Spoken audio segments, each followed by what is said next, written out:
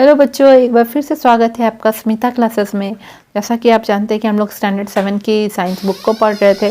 उसमें हम लोग वेस्ट वाटर स्टोरी को पढ़ रहे थे, जो कि हमारा जो ये साइंस बुक है 7 क्लास का फ्यूचर किड्स साइंस, उसके हम लोग ने ये कौन सा चैप्टर करे थे, लेसन 18 कर रहे थे, वेस्ट वाटर स्टोरी पढ़ रहे थे। तो उसके हम लोगों ने पार्ट 1 कर लिया था, अब उसका पार्ट 2 बाकी है।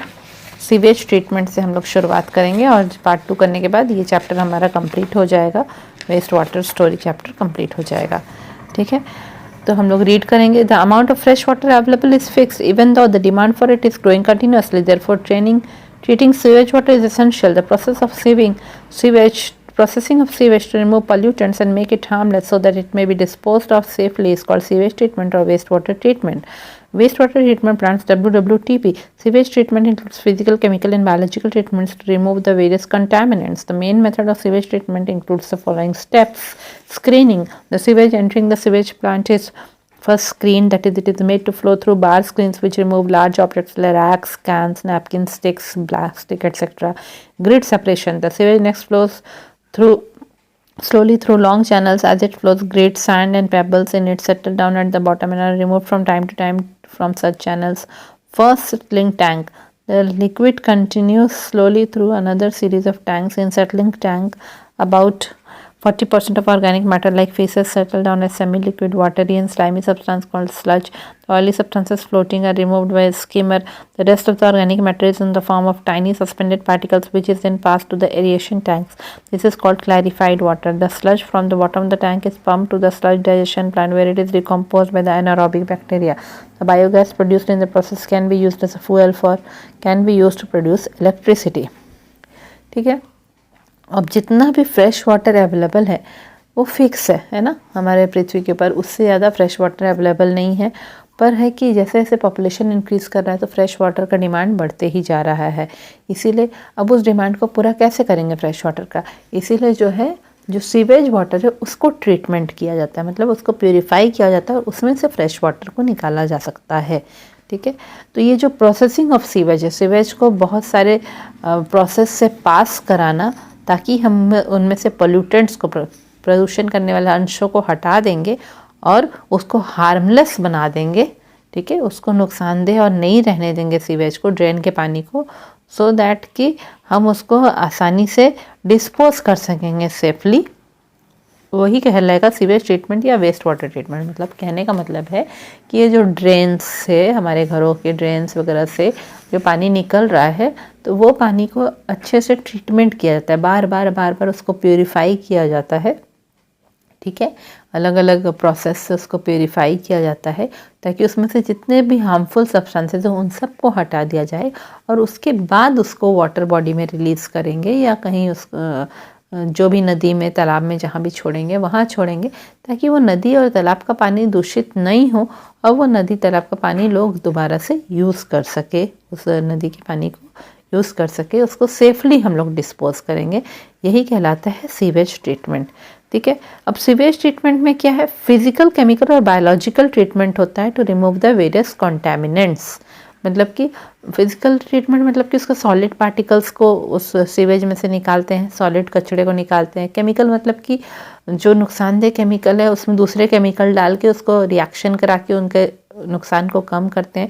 और बायोलॉजिकल ट्रीटमेंट है, देखो जो सीवेज वाटर होता है ना उसमें बैक्टीरिया, मतलब ऑक्सीजन की पूरी कमी हो जाती है, इसलिए वाटर सड़ने लगता है। तो उसमें इस तरह के बैक्टीरिया डालेंगे कि उसमें जो है फिर से ऑक्सीजन रीजेनरेट हो जाए। ठीक है, तो उससे कॉन्टेमिनेंट्स, तो इसके कारण उसमें से जो पॉल्यूटेड थिंग्स है वो सब हट जाएंगे, कॉन्टेमिनेंट्स उसमें से हट जाएगा। ठीक है, अब जो है ये मेथड जो है सीवेज ट्रीटमेंट का, उसका बहुत सारा स्टेप होता है। पहला है स्क्रीनिंग। तो जो भी सीवेज जो है, सीवेज प्लांट बहुत बड़ा बना रहता है बहुत सारे जगहों पे, वहाँ पे सीवेज पहले एंटर किया तो उसको स्क्रीनिंग किया जाता है। मतलब स्क्रीनिंग का मतलब क्या है कि बड़े बड़े बार स्क्रीन्स लगे रहते हैं, मतलब कि ऐसे लोहे के ऐसे लगे रहेंगे, जाली जैसे लगे रहेंगे, उसके थ्रू उस पानी को पास किया जाएगा। उसके थ्रू से उस पानी को पास किया जाएगा तो बड़े बड़े ऑब्जेक्ट्स, जैसे उसमें बड़े बड़े पत्थर होंगे, कैन्स होंगे, कोल्ड ड्रिंक के कैन होंगे, नैपकिन्स होंगे, फिर लकड़ियाँ होंगी, प्लास्टिक होगी, वो सब वही लोहे की जाली में अटक अटक के रह जाएंगे, वो सब पार नहीं होंगे। ठीक है, ऐसे नैरो लोहे की जाली बनी रहेगी तो वो सब वहीं अटक के रह जाएंगे और वहाँ से पानी सिर्फ पास हो जाएगा। तो ये तो हो गया जो है स्क्रीनिंग हो गया कि बिग ऑब्जेक्ट्स को उसमें से रिमूव कर दिया। सेकेंड प्लेस में आ जाएगा ग्रिड सेपरेशन होता है। अब है लंबी लंबी नालियाँ जैसे बने रहेगी, चैनल्स जैसे बने रहेंगे, उसमें से नहरें जैसे बनी रहेंगी, उसमें से धीरे धीरे सीवेज को ले जाया जाएगा। जब सीवेज का पानी उसमें से धीरे धीरे जाएगा तो उसमें जो भी कंकड़ पत्थर बालू है वो सब नीचे नीचे सेटल वहीं पे हो जाएगा और खाली पानी धीरे धीरे करके आगे फ्लो हो जाएगा। वो सब चूँकि भारी होता है तो वहीं पे नीचे सेटल होके रह जाएगा। फिर उसको कुछ समय के बाद उस नहरों से उनको निकाल दिया जाएगा, उन कंकड़ बालू पत्थरों को हटा दिया जाता है। ठीक है, अब है फर्स्ट सेटलिंग टैंक। अब वो लिक्विड को फर्स्ट सेटलिंग टैंक में भेजा जाएगा। ठीक है, वहाँ पे क्या होगा कि उसको फिर धीरे धीरे जो है वो लिक्विड को एक टैंक में भेजा जाएगा। ठीक है, तो इस फर्स्ट सेटलिंग टैंक में जो है उसका जो 40% ऑर्गेनिक मैटर है वो नीचे क्या है कि देखिए सीवेज में क्या है, सीवेज में जो है टॉयलेट से भी निकलने वाले फीसेस है, यूरिन वगैरह के वेस्ट है ना, तो वो जो है वहाँ पे उसमें से 40% वो जो सेमी सॉलिड वेस्ट है वो सब नीचे वहाँ पे सेटल होने लगेगा। सीवेज पानी का सेमी सॉलिड वेस्ट वहीं पे नीचे सेटल हो जाएगा उस टैंक में। और अब जो है वो जो सेमी सॉलिड वेस्ट होगा उस सेमी लिक्विड वाटर ही होगा, मतलब उसमें थोड़ा पानी रहेगा, थोड़ा सॉलिड वेस्ट रहेगा, वो सब वहाँ पे सेटल हो जाएगा।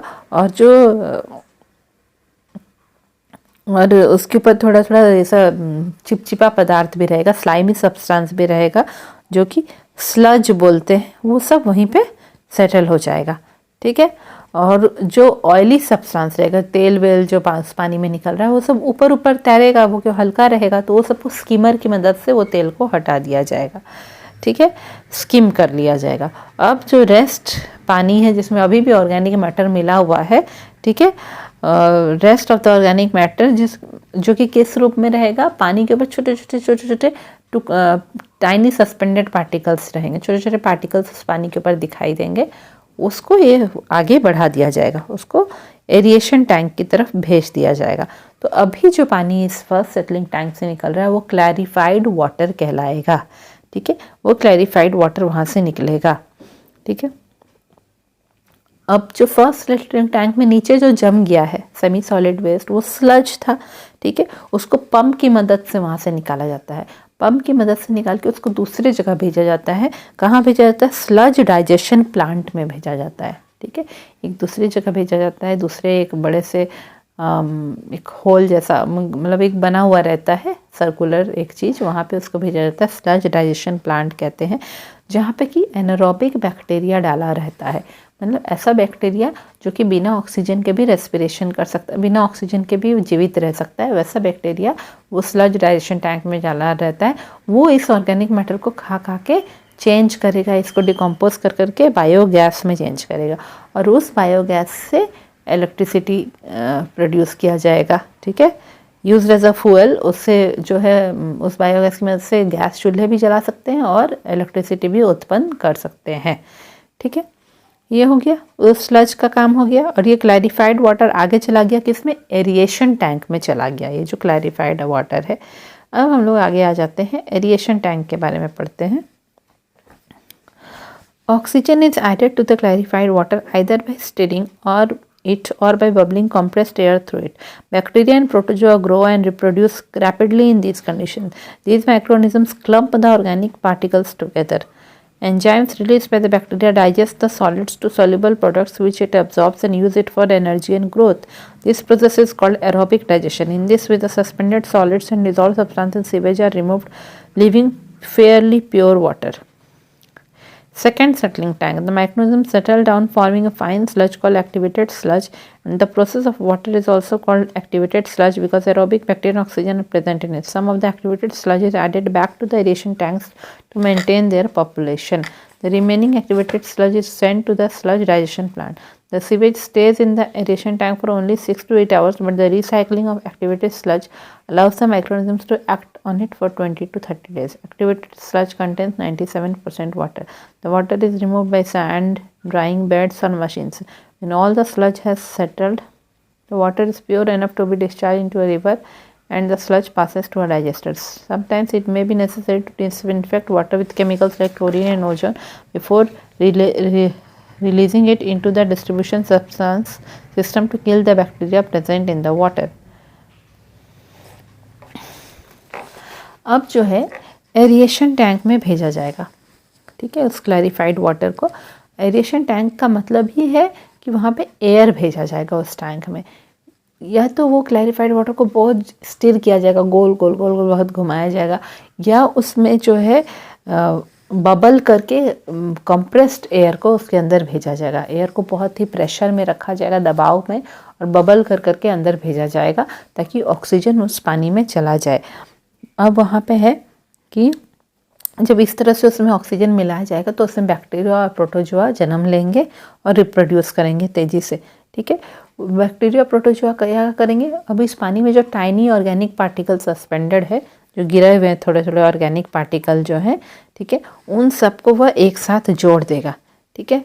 और साथ ही साथ ये जो बैक्टीरिया और प्रोटोजोआ है जो वो एंजाइम भी कुछ छोड़ेंगे उस पानी में, ताकि जो है ये जो ऑर्गेनिक पार्टिकल और ये जो सॉलिड सब है उस पानी में वो सब सॉल्यूबल प्रोडक्ट में चेंज हो जाए, मतलब वो पूरा तरह से पानी में मिक्स ही हो जाए और सॉलिड सॉलिड सस्पेंडेड दिखाई नहीं दे, ठीक है। और जो है वो पानी में जो मिक्स हो जाएंगे, एंजाइम जो बैक्टीरिया ने छोड़ा उस एंजाइम की मदद से ये सारे सॉलिड पार्टिकल पानी में मिक्स हो जाएंगे, ठीक है। उसको फिर ये बैक्टीरिया यूज़ करेगा अपने ग्रोथ के लिए, अपने एनर्जी और ग्रोथ के लिए। तो इसको वो कहते हैं एरोबिक डाइजेशन कहते हैं इस प्रोसेस को, कि बैक्टीरिया ने एंजाइम्स रिलीज़ किया, ऑर्गेनिक मैटर्स को एक जगह जोड़ दिया, क्लब किया, फिर उनको सॉल्युबल फॉर्म में पानी में मिक्स कर दिया और उस सॉल्युबल फॉर्म को उसने यूज़ किया अपने एनर्जी के लिए और ग्रोथ के लिए। इसको कहते हैं एरोबिक डाइजेशन। इस तरह से जो है जितना भी सस्पेंडेड सॉलिड और डिज़ोल्व्ड सब्सटेंसेस सीवेज में वो सब ख़त्म हो जाएगा, जितना भी सॉलिड सॉलिड पार्टिकल है वो सब ख़त्म हो जाएगा और अब मैक्सिमम प्योर वाटर रह गया, फेयरली प्योर वाटर अब बच गया है, ठीक है। अब जो है इस पानी को उसके बाद एरिएशन टैंक के बाद सेकंड सेटलिंग टैंक में भेजा जाएगा, ठीक है। अब चूँकि बहुत सारे माइक्रो ऑर्गेनिजम्स वहाँ पे जन्म ले चुके हैं, मर भी रहे हैं उनमें से कुछ नए जन्म भी हो रहे हैं, मल्टीप्लाई हो रहे हैं, ठीक है। तो वो सब जो मर जा रहे हैं वो भी नीचे सेटल होते जा रहे हैं और एक तरह का एक स्लज नीचे बन जाएगा, एक तरह का जमा होने लगेगा नीचे, जिसे एक्टिवेटेड स्लज कहते हैं, ठीक है। And the process of water is also called activated sludge. और ये जो पानी है वहाँ पे नीचे एक्टिवेटेड स्लज के रूप में वह जमा रहेंगे और पानी को भी एक्टिवेटेड स्लज कहा जाएगा क्योंकि अभी उसमें के भीतर बहुत सारे एरोबिक बैक्टीरिया और ऑक्सीजन है, ठीक है। अब ये जो नीचे का जो एक्टिवेटेड स्लज है, मतलब पानी के नीचे का जो चीज़ रहेगा उसको फिर से वापस उस एरिएशन टैंक में डाल दिया जाता है, थोड़ा सा पार्ट उसका, ताकि वहाँ पे अभी भी बैक्टीरिया प्रोटोजा जन्म होते रहे, पॉपुलेशन उनका बना रहे। और रिमेनिंग एक्टिवेटेड स्लज जो है उसको फिर से स्लज डाइजेशन प्लांट में भेज दिया जाएगा, ठीक है। ये एरिएशन टैंक में सीवेज वाले पानी को 6 से 8 घंटे रखा जाएगा सिर्फ, ठीक है। पर ये जो एक्टिवेटेड स्लज को जहाँ भेजा गया बट द रिसाइकलिंग, अच्छा, पर ये जो एक्टिवेटेड स्लज जो है उसको फिर से रिसाइकल करने के लिए हम लोगों ने जो भेज दिया, चूँकि एक्टिवेटेड स्लज के कारण वहाँ पे बैक्टीरिया जो अभी भी हैं, जो थोड़ा हम लोगों ने वापस डाल दिया था एरेशन टैंक में, तो उसके कारण जो है अभी भी माइक्रो ऑर्गेनिजम्स वहाँ पे काम करते रहेंगे, 20 से 30 दिन तक अभी भी वहाँ पे काम करते रहेंगे, ठीक है। और जो एक्टिवेटेड स्लज जो मतलब ये जो पानी आया वहाँ से जो वो है उसमें 97% वाटर रहता है, ठीक है। तो ये जो एक्टिवेटेड स्लज जो पानी आया है जो उसमें से अभी भी काम कर रहे हैं बैक्टीरिया, भी उसमें से 97% वाटर और आ गया। वाटर को जो है अब वो स्लज में से पानी को निकाल लिया जाएगा, स्लज उसमें तो मरे हुए बैक्टीरिया वगैरह रहेंगे, उसमें से पानी को निकाल लिया जाएगा अलग अलग तरीक़ों से, और उनको ड्राई कर दिया जाएगा।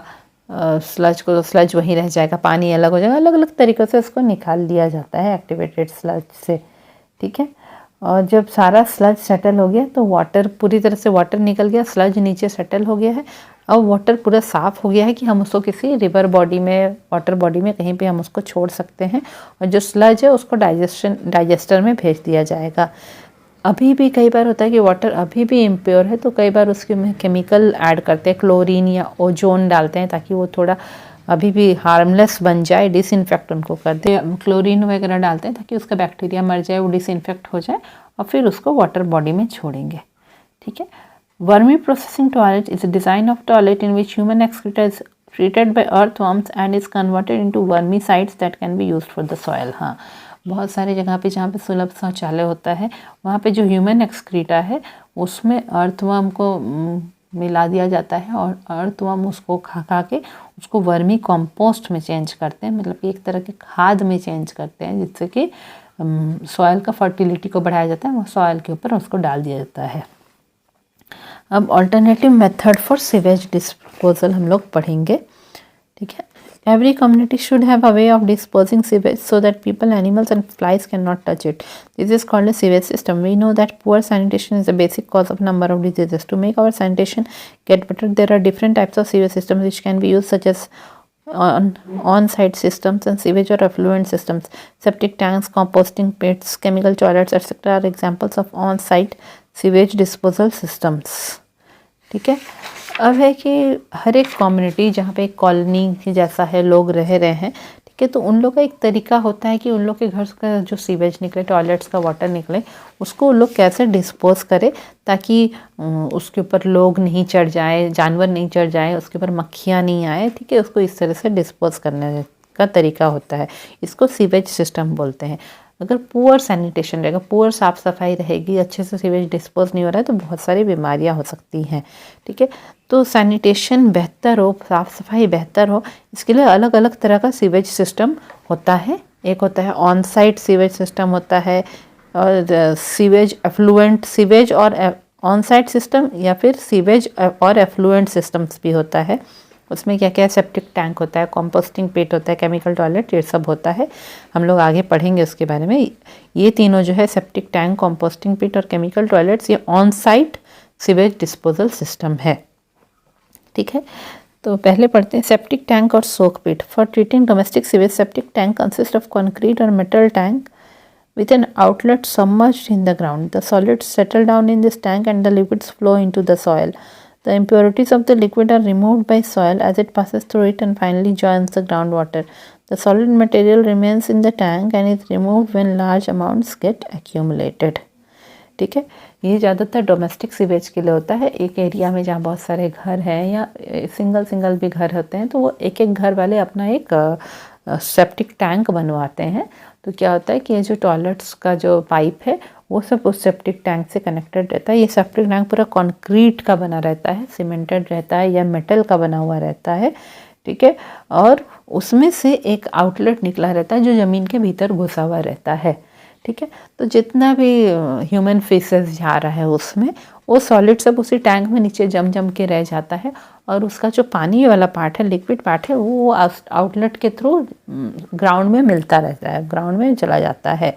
ठीक है, तो वो लिक्विड जैसे से ज़मीन में नीचे पार होते जाता है, तो सॉयल का अलग अलग लेयर से पार होते जाता है, तो वो लिक्विड प्योरीफाई हो जाता है और नीचे अंडरग्राउंड वाटर में मिल जाता है। और ये जो सॉलिड वेस्ट है उसी टैंक में नीचे जमा हो जाता है, मेटल या कंक्रीट टैंक में, और जो है उसको जब वो बहुत ज़्यादा जमा हो जाएगा तो मशीन बुलवा के उसको वहाँ से निकाल के सफाई किया जाता है उसको। ठीक है, जब बहुत ज़्यादा जमा हो जाएगा। नेक्स्ट क्या है, composting. Composting is the method of decomposing organic matter into humus-like material by the action of microorganisms. It can take place in the presence of air, aerobic composting, and also in the absence of air, anaerobic composting. A composting toilet is a self-contained human waste disposal unit which is not connected to a sewer line. It is used where the water supply is limited or not available at all. ठीक है, a chemical toilet uses a chemically treated reservoir located directly below the toilet seat. The chemicals reduce the foul smell of human waste and carry out partial disinfection. All the portable toilets are chemical toilets. They are used at construction site and at large outdoor gatherings. Another form of composting is vermicomposting. It refers to composting carried out by earthworms with the sludge. Earthworms eat the sludge, passing it out as soil in their excreta or worm castings. This vermicompost is absolutely organic, safe, non-toxic and odor-free. It is extensively used as a manure due to its rich content of nitrogen, phosphorus and potassium. It is also effective so that plants have been observed to grow faster and stronger, while fruits and flowers produced are also bigger and healthier. तो पहला तो हमने septic tank के बारे में पढ़ा. अब दूसरा कंपोस्टिंग है. कंपोस्टिंग में क्या होता है कि जितना भी ऑर्गेनिक मैटर निकल रहा है, ठीक है, ह्यूमन्स का जो वेस्ट निकल रहा है, ठीक है, उसको डिकम्पोज किया जाता है. जैसे कि हम लोग नेचुरल खाद जैसे बनाते हैं कि एक गड्ढे में जितने भी हम लोग ये जो सब्जियों के छिलके, फ्रूट्स के छिलके, अंडे के छिलके वगैरह डाल देते हैं, ऊपर से मिट्टी डाल देते हैं, उसके बाद कुछ केंचुए कीड़े छोड़ देते हैं, तो धीरे धीरे जो है वो खाद में बदल जाता है. उसी को कंपोस्टिंग कहते हैं. तो कंपोस्टिंग में क्या होता है कि कीड़े होते हैं, वो माइक्रो ऑर्गेनिजम्स उस सारे ऑर्गेनिक मैटर को खा खा के ह्यूमस में बदल देते हैं. ह्यूमस क्या होता है? फर्टाइल पार्ट होता है सॉयल का, ठीक है. ह्यूमस लाइक मटेरियल में माइक्रो ऑर्गेनिजम्स उसको चेंज कर देते हैं. वो हवा की प्रेजेंस में भी हो सकता है एरोबिक कंपोस्टिंग, या हवा के एब्सेंस में भी हो सकता है एनारोबिक कंपोस्टिंग कहते हैं. कंपोस्टिंग टॉयलेट क्या होता है? Self content human waste disposal unit होता है which is not connected to a sewer line.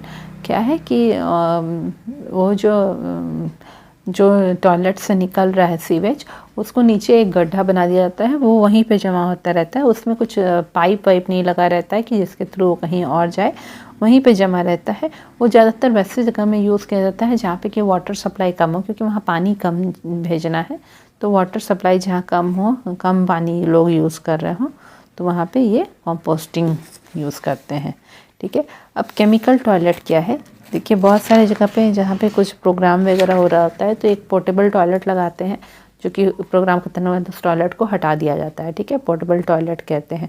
तो ये पोर्टेबल टॉयलेट्स में क्या होता है, ये टॉयलेट सीट के नीचे ही जो है केमिकली ट्रीटेड रिजर्वायर रखते हैं. एक टैंक जैसा रखते हैं जिसमें कुछ केमिकल्स मिला हुआ रहता है, ठीक है, टॉयलेट सीट के नीचे.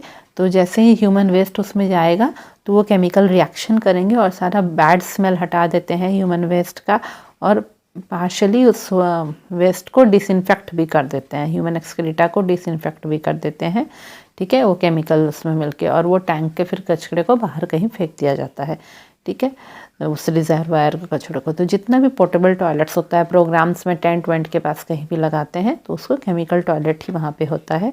वो कंस्ट्रक्शन साइट पे जहाँ पे घर वर बन रहा है, वहाँ पे वर्कर लोग के जाने के लिए लगाया जाता है. या बड़ा बड़ा आउटडोर गैदरिंग हो रहा है, बहुत बड़े बड़े प्रोग्राम्स हो रहे हैं फील्ड्स में, और बड़े बड़े टेंट लगे हैं, तो वहाँ पे लगाया जाता है.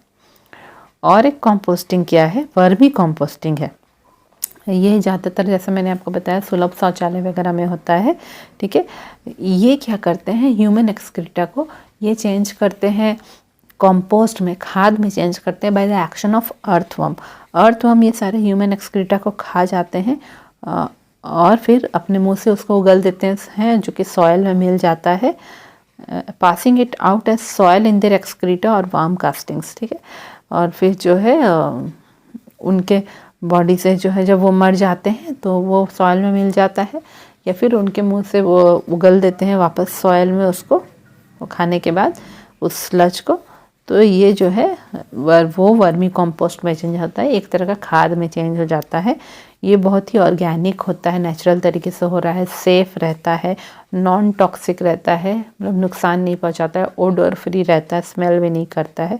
और इसको एज अ मैन्योर, इस खाद को मैन्योर के रूप में बहुत यूज़ करते हैं, क्योंकि इसमें बहुत ज़्यादा कंटेंट रहता है नाइट्रोजन, फास्फोरस और पोटेशियम का. देखा गया है कि ये वर्मी कंपोस्ट को यहाँ यूज़ कर रहे हैं तो प्लांट्स ज़्यादा बड़े साइज़ में हो रहे हैं, स्ट्रॉन्ग प्लांट्स हो रहे हैं, उनके फ्रूट्स और फ्लावर्स भी बड़े बड़े साइज़ के हो रहे हैं, और हेल्दी फ्रूट्स एंड फ्लावर्स हो रहे हैं. Sulabh is a non-government organization which is working for 3 decades to address the problem of sanitation in our country.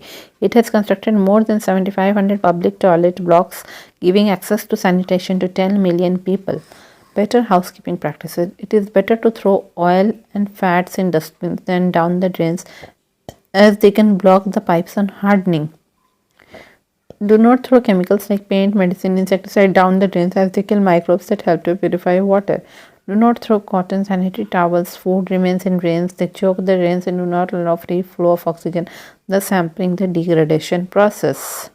Sanitation diseases. We often see people defecating and urinating in the open on railway tracks, in fields, and sometimes directly into water bodies. Untreated human excreta is a health hazard and can cause soil and water pollution.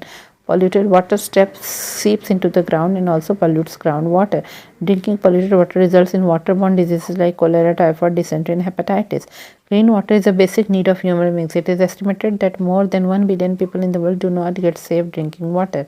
It is very important for each one of us to adopt good sanitation practices and to keep the environment clean. A clean environment is directly related to a healthy life. The government has laid down certain standards for sanitation, but these are not strictly enforced.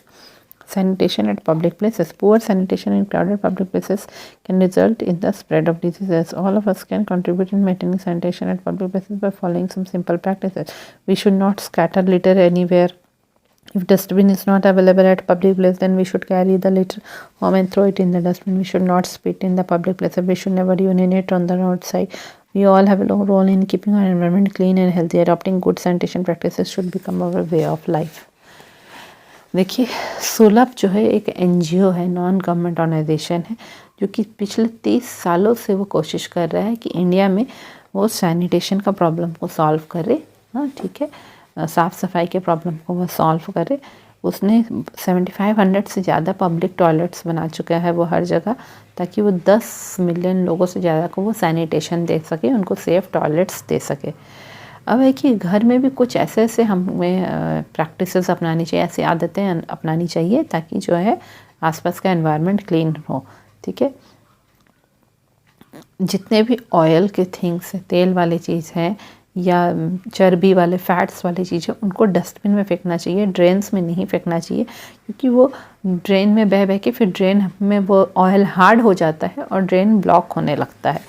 ठीक है, जब वो hard हो जाता है। इसी तरह जो भी केमिकल है, जैसे कि पेंट है या दवाएं हैं या इंसेक्टिसाइड्स है ना, मतलब कि इंसेक्ट्स को मारने वाली जो दवाइयाँ होती हैं, उन्हें भी ड्रेन में नहीं बहाना चाहिए, क्योंकि उसमें जो केमिकल्स होते हैं वो उस ड्रेन के सारे माइक्रोब्स को मार देंगे, और माइक्रोब्स जो है वाटर को प्यूरिफाई करता है, तो वो माइक्रोब्स नहीं मरने चाहिए। इसी तरह जो भी कोई भी हॉस्पिटल वगैरह से कॉटन निकला है, रुई है, सैनिटरी टॉवल्स है, नैपकिन्स है, या जो भी खाने वाने के टुकड़े हैं, उन्हें ड्रेन में नहीं बहाने चाहिए, क्योंकि वो ड्रेन को चोक कर देता है, ड्रेन को वो ब्लॉक कर देता है और ऑक्सीजन अच्छे से फ्लो नहीं होता है। तो वो जो सारा जो सीवेज का जो कचरा जो कि डिकम्पोज होना चाहिए उसी टाइम, वो नहीं हो पाता है। इसी तरह हम लोगों ने बहुत सारे लोगों को देखा है कि रेलवे ट्रैक पे वो यूरिन और स्टूल पास कर रहे होते हैं। ठीक है, फील्ड्स में, खेतों में कर रहे होते हैं, या डायरेक्ट वाटर बॉडीज़ में, नदियों में बैठ के कर रहे होते हैं। ये बहुत गलत काम है, क्योंकि वो अनट्रीटेड ह्यूमन एक्सक्रीटा होता है, वो तो और उसको ट्रीटमेंट नहीं किया जा सकता, उसको प्योरीफाई मतलब कि उसमें से नुकसानदेह केमिकल को नहीं हटा सकते हैं। तो वो एक तरह का हेल्थ हैज़ार्ड है, लोगों के हेल्थ के लिए नुकसान पहुंचेगा और सॉइल और वाटर को भी पॉल्यूट करेगा। ठीक है, ये जो पॉल्यूटेड पानी है वो ज़मीन के नीचे चला जाएगा और नीचे का अंडरग्राउंड वाटर को भी पॉल्यूटेड कर देगा। फिर वो अंडरग्राउंड वाटर को लोग जब पिएंगे तो बहुत तरह वाटर से जन्म लेने वाली बीमारियां हो सकती हैं, जैसे कि cholera, typhoid, dysentery, hepatitis. Clean water एक बहुत ही ज़रूरत है ह्यूमन बींग्स के लिए। इसलिए ये अंदाज़ा अभी एस्टिमेट किया जाता है कि 1 बिलियन लोग से भी ज़्यादा को अभी भी सेफ़ ड्रिंकिंग वाटर नहीं मिल पाता है। ठीक है, तो हम सबको अच्छे से साफ़ सफाई का आदतों को अपनाना चाहिए, ताकि हमारे एनवायरनमेंट को हम साफ़ रख सकें। क्लीन एनवायरनमेंट माने हैप्पी लाइफ है। लोग सब क्लीन एनवायरनमेंट रहेगा माने वो हेल्दी रहेंगे, स्वस्थ रहेंगे। गवर्नमेंट ने बहुत सारे स्टैंडर्ड्स बनाए हैं सैनिटेशन के, कि आप ड्रेन के वाटर को ट्रीट करके ही भेजेंगे वाटर बॉडी में, फैक्ट्री के वाटर्स को भी ट्रीटमेंट करना चाहिए, पर इसको स्ट्रिक्टली कोई मानता नहीं है। इसी तरह पब्लिक प्लेसेस में भी सैनिटेशन की बहुत ज़रूरत है, साफ़ सफाई की ज़रूरत है, क्योंकि जहाँ पे पब्लिक प्लेसेस में जहाँ बहुत भीड़ भाड़ होती है वहाँ अगर साफ़ सफाई नहीं रखी जाए तो बहुत सारी बीमारियाँ हो सकती हैं। हम लोग को पब्लिक प्लेस में कहीं भी कचरा इधर उधर फैलाना नहीं चाहिए। अगर डस्टबिन नहीं है पास में तो हमको उस कचरे को, जैसे कि चिप्स वगैरह के पैकेट को वापस घर ले आना चाहिए और घर के डस्टबिन में डालना चाहिए। हमें पब्लिक प्लेसेस में इधर उधर थूकना नहीं चाहिए, स्पिट नहीं करना चाहिए, टॉयलेट रोड साइड में नहीं करना चाहिए। ठीक है, तो ये हम लोग का एक रोल होना चाहिए कि हमारे एनवायरनमेंट को हम लोग क्लीन और हेल्दी रखेंगे। ठीक है, अच्छी साफ़ सफाई की प्रैक्टिसेस करने से हमारे जीवन में वैसी आदतें हमारी हो जाएंगी। ठीक है, तो ये चैप्टर कंप्लीट हो गया। काफ़ी कुछ था इस चैप्टर में पढ़ने को, तो ये 2 पार्ट में सेकंड पार्ट था वेस्ट वाटर स्टोरी का, और ये चैप्टर कंप्लीट हो गया। जल्दी हम नए वीडियो में मिलेंगे और नए चैप्टर के साथ मिलेंगे।